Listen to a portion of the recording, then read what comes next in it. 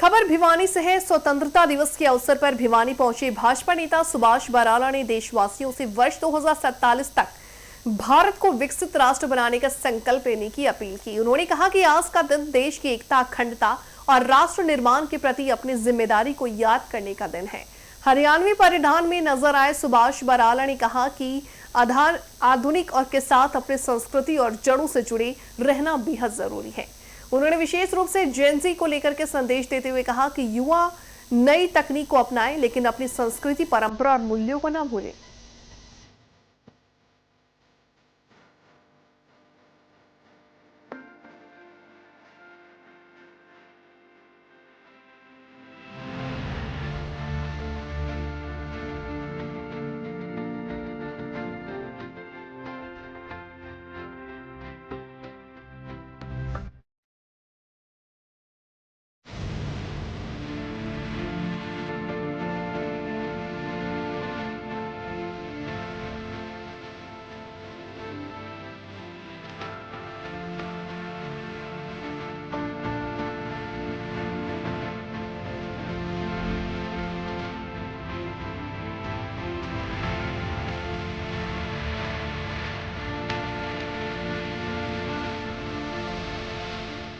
देश के स्वतंत्रता दिवस के बहुत ही पावन और पवित्र अवसर पर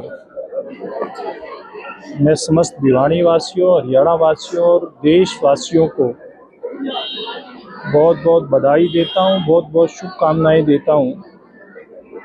1947 की आज़ादी की लड़ाई में हमारे देश के अगिनत प्रत्यक्ष अप्रत्यक्ष इस प्रकार के स्वतंत्रता संग्राम के योद्धा रहे, जिन्होंने बड़ी संख्या में अपने प्राणों का बलिदान दिया। इसी प्रकार से महात्मा गांधी जी के नेतृत्व में एक सामाजिक और राजनीतिक आंदोलन चला। उसी के परिणाम स्वरूप आज हम सब ये स्वतंत्रता दिवस बहुत ही हर्ष और उल्लास के साथ मना रहे हैं। मैं आपके माध्यम से प्रदेश और देश के सभी नागरिकों से ये आग्रह करूंगा कि आज़ादी हमें बड़े संघर्षों के बाद, बड़े बलिदानों के बाद मिली। आइए इस बहुत ही पावन और पवित्र अवसर पर हम हमारे देश की एकता, अखंडता को अक्षुण्ण रखने का संकल्प लें। देश और प्रदेश समरसता के भाव से आगे बढ़े।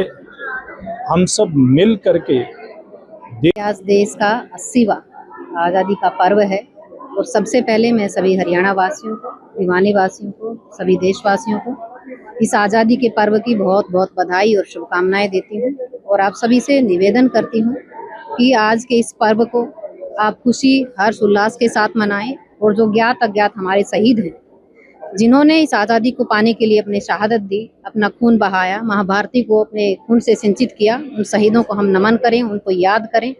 और आज भिवानी के भीम स्टेडियम में जिस तरीके से स्वतंत्रता दिवस के अवसर पर एक भव्य कार्यक्रम का आयोजन आज किया गया है, जिसमें हमारे माननीय सांसद सुभाष बराला जी यहाँ पर आए और बच्चों ने बड़े ही सुंदर आयोजन आज आज़ादी के पर्व पर यहाँ आयोजित किए। मैं सभी युवा पीढ़ी को बहुत बहुत बधाई, शुभकामनाएं देती हूँ और उनसे निवेदन करती हूँ कि आज़ादी के पर्व के साथ साथ जो विकसित भारत का हमारा संकल्प है, उस संकल्प को साकार करने के लिए हम सभी एकजुट होकर के एक दिशा में आगे बढ़ें।